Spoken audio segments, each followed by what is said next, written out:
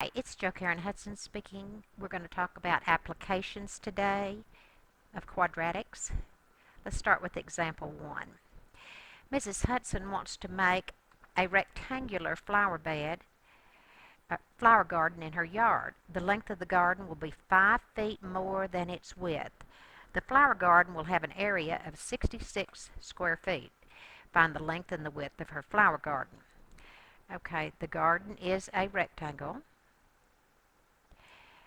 and the length is 5 more than the width, so we'll say that the width is W and the length is W plus 5, which is 5 more. So we know that length times width is equal to area. So I know that the length, which is W plus 5, times the width, which is W, is equal to the area of 66, which was given. And I prefer to distribute from the left, so I'm going to move that around. W squared plus 5W, and I'm going to go ahead and move the 66 to the other side and make it minus 66 equal to 0. Now we can use the quadratic formula or we can solve by factoring, but I think it's a little easier to solve these by factoring, and most of them in this section will factor on your homework, so I'm going to solve them by factoring. You can use the quadratic formula if you want to. Solving by factoring, I'm going to multiply 1 times 66 is 66, or 1 times negative 66 is negative 66.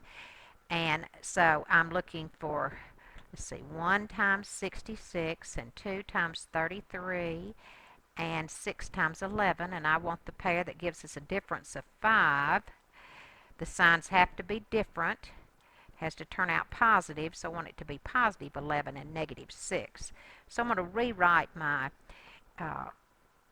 equation so that I have 4 terms. So I have W squared minus 6W plus 11W minus 66 is equal to 0. So I'm going to pair these up 2 at a time.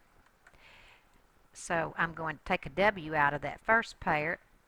W times W makes W squared, and W times negative 6 makes negative 6W. I'm going to take an 11 out of the second pair, and I'll have W minus 6 again, because 11 times W is 11W, and 11 times negative 6 is your negative 66.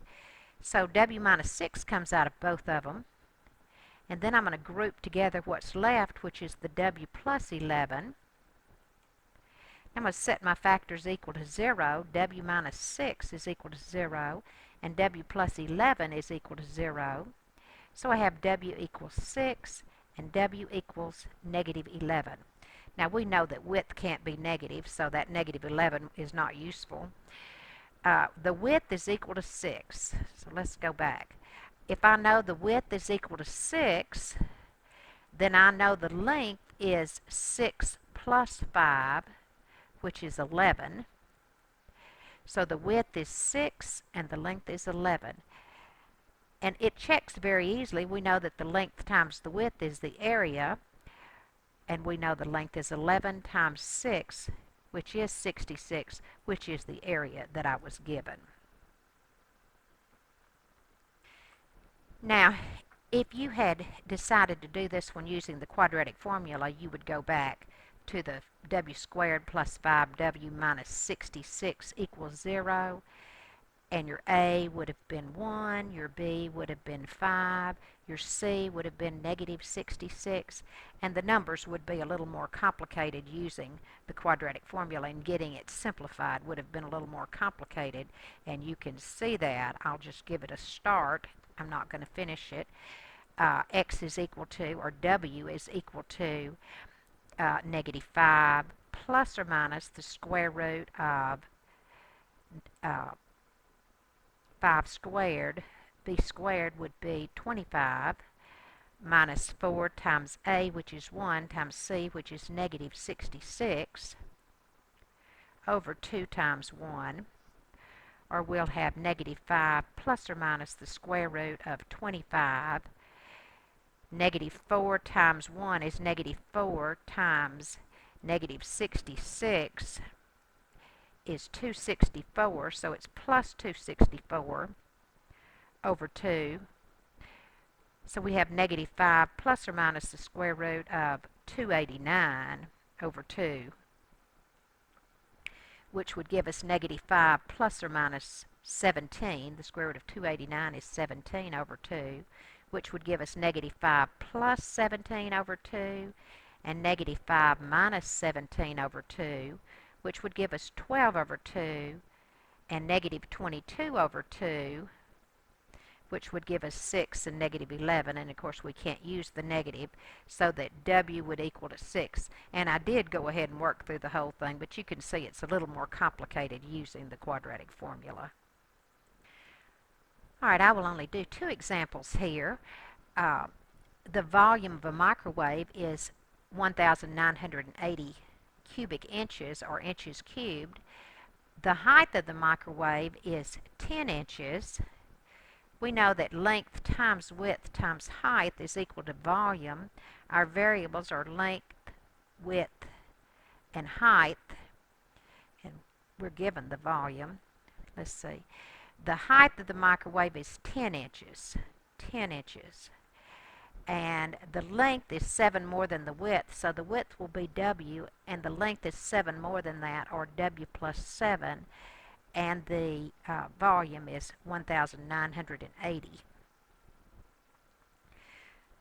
Okay, so length times width times height. Now, you've got 3 things to deal with, and of course we know that it doesn't matter which order that I multiply these together in, so I think I will multiply these 2 together. The 10 times the W will give us 10W. And then times the W plus 7 equals to 1,980. So distributing the 10W, I'll have 10W squared plus 70W is equal to 1,980, or 1,980. And all of those are divisible by 10, which will help a lot, especially since we're doing this by hand, so that I'll have W squared plus 7W is equal to 198, or W squared plus 7W minus 198 is equal to 0. Now, 198, 1 times 198 is 198. Let's see, so that breaks down into 1 times 198. It has lots of ways it breaks down. 2 times 99, all the way, I can look at it and tell it's divisible by 11, 11 times 18. So we know it needs to turn out negative right here. When we multiply these together, we actually come up with a negative number, so that has to, one of them has to be positive and one of them has to be negative. So it's going to be positive 18 and negative 8. So I'm going to write this out. W squared plus, I think I'll write the negative first. People usually seem to do better if the negative is first. Minus 11W plus 18W minus 198 is equal to 0. So I'm going to pair them up 2 at a time. Factor out a W, and I'll have W minus 11. Factor out an 18, and I'll have W minus 11, because 11 times 18 is 198. So if I take out the W minus 11 and group together what's left, I will have W plus 18 left. So I'm going to set my factors equal to 0, W minus 11 equal to 0, and W plus 18 equal to 0. If I add 11, W is 11. That's a reasonable answer. If I subtract 18, W is equal to negative 18, and that is not a reasonable answer because width cannot be negative. So W is 11, and it's in inches, isn't it? So W is 11 inches. Was that? It was 11, wasn't it? Yes. Okay. The width is 11 inches. And we were given the height as 10 inches, so the length is 11 plus 7, which is 18 inches. The length is 18 inches, the width is 11 inches, and the height is the 10 inches. Now let's check and see if this works. Length times width times height is equal to volume. The length is 18 times the width is 11 times the height is 10. And the volume is 1,980 inches cubed. 11 times 18 is 198 times 10 is 1,980. 198 times 10 is 1,980 equal to 1,980. So this does check, and we know that our answers are indeed correct. This is Jo Karen Hudson speaking. Thank you and have a wonderful day.